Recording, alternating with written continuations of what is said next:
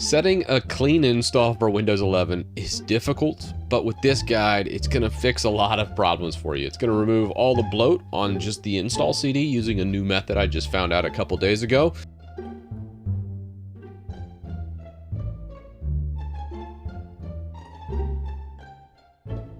And then we're also going to just customize it using a couple tried and true debloat methods.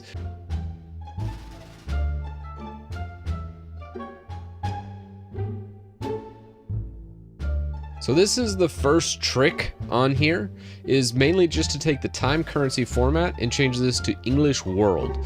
From English World, you'll actually remove all like TikTok, Prime Video, all those links on your start menu. It just makes it a little bit easier, and to fix, it actually disables Microsoft Store as well, which is really nice, but it's really easy to re-enable, and I'll show that.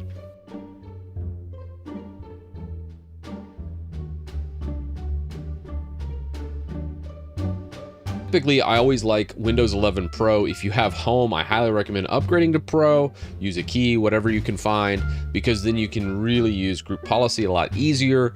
There's hacks to get it available in Home, but a lot of times feature updates disable those. For password, always leave this blank when setting up a test account, because you get to skip every single security questions and you just get done a lot quicker from this. Little hack. Obviously set a password after you log in, but hold up, wait a minute, something ain't right. For password, always leave this blank when setting up a test account, because you get to skip every single security questions and you just get done a lot quicker from this. Little hack.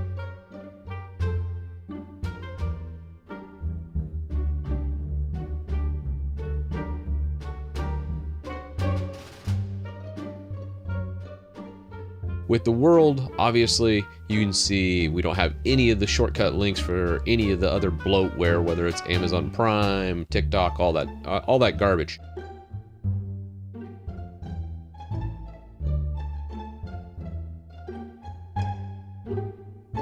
If you don't want to ever use the Microsoft Store, you can just leave it on World and you never have to worry about it intruding on what you're doing, which is kind of nice.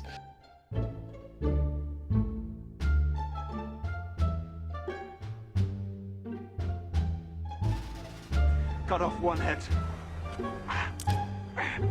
Two more shall take its place. So with that said, let's debloat the rest of it.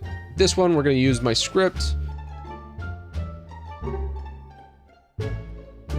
But I'm just saying, you're trusting this person that you don't know their name, you don't know where they live, you don't know anything about them.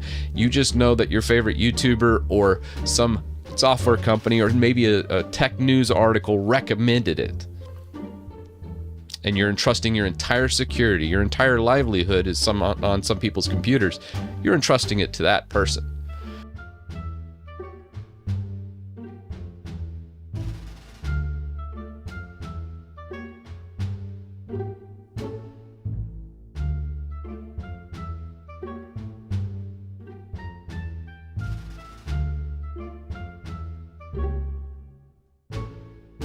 Obviously, you can get lower than this. I've covered tools in the past that strips out Defender and all these other things.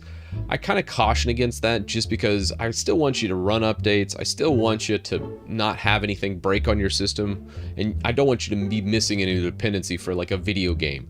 That's not my intention. So I try and straddle that line of what's really kept and what's needed to all the bloat that comes with it. There's still some telemetry and other stuff, but it's minimized to a point to where you should be able to install whatever it is you need to run and get a nice experience and not have to deal with all the shenanigans you get with a stock Microsoft install.